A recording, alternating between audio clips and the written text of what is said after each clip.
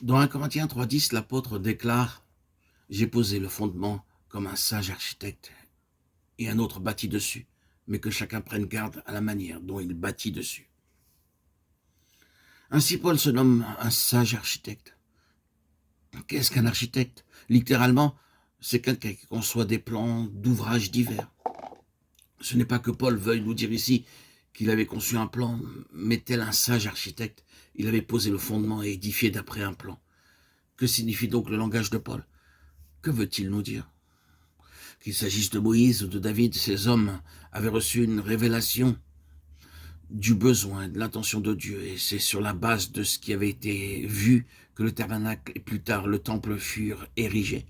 Il eut donc à ces deux époques une représentation en type et symbole de la pleine pensée de Dieu en vue d'une dispensation à venir. Plus tard, sur le chemin de Damas, Paul vit le Seigneur. Cette révélation ne fut pas seulement une simple vision, mais ce qui lui fut donné de voir sur la base de cette révélation, c'était que Christ, le Fils de Dieu, était lui le modèle pour édifier non plus une construction terrestre, mais un temple spirituel, c'est-à-dire l'Église, le mystère de Christ. C'est par une révélation que j'ai eu connaissance du mystère. Ce mystère a été révélé maintenant par l'Esprit à ses saints apôtres et prophètes, Éphésiens 3, 3 et 5. Le point sur lequel il nous faut revenir et insister, c'est que cette révélation de Christ est fondamentale. Sans elle, il nous est impossible de voir le dessein de Dieu. Ce dessein étant lié à Christ et à l'Église, l'instrument de ce dessein. Ne pas voir Christ, c'est aussi l'absence de lumière sur ce qu'est l'Église, son corps, l'expression pluraliste du Fils de Dieu. Christ est donc le modèle qui doit nous être révélé par l'Esprit dans notre être intérieur. Oui, nous devons recevoir un jour dans notre vie cette révélation initiale et fondamentale de Christ, qui doit s'approfondir et grandir continuellement, afin que nous voyions toujours plus et de façon plus claire, plus lumineuse. Christ notre Seigneur, afin que notre constitution intérieure soit essentiellement le fait d'une mesure toujours croissante de Christ. L'expression corporative de Christ est la nécessité de la révélation du plan.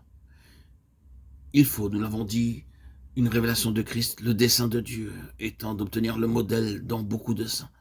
Parce que Dieu veut conduire à la gloire beaucoup de fils, semblables à l'image de son Fils. Hébreux 2,10, Romains 8, 29. Mais la question qui s'élève est la suivante. Comment Dieu va-t-il obtenir cette expression corporative de Christ? Techniquement, nous savons qu'il n'est pas suffisant que nous soit présenté le modèle d'un certain ensemble. Nous avons besoin également du plan que nous aurons à suivre pour obtenir ce qui nous a été présenté spirituellement. Ce principe demeure. La révélation nous donne de voir Christ, le modèle, mais le Saint-Esprit doit nous révéler ce qu'est le plan et que signifie spirituellement suivre ce plan en vue d'obtenir l'expression corporative du modèle qui est Christ. Le plan est l'ensemble des lois spirituelles dans lesquelles nous devons entrer en expérience individuellement et corporativement afin d'obtenir une expression de Christ. Ces lois ont des potentialités et cela signifie que lorsque nous entrons en ligne avec elles, nous permettons à la vie d'accomplir quelque chose. Christ a été l'incarnation de ces lois et fut gouverné par elles. Aussi, le modèle se reproduit quand, individuellement et ensemble, nous en faisons l'expérience. Frères et sœurs en Christ, chers amis, auditeurs, auditrices, l'Église ne peut être vécue expérimentalement que si les croyants sont gouvernés et conduits comme Christ l'a été.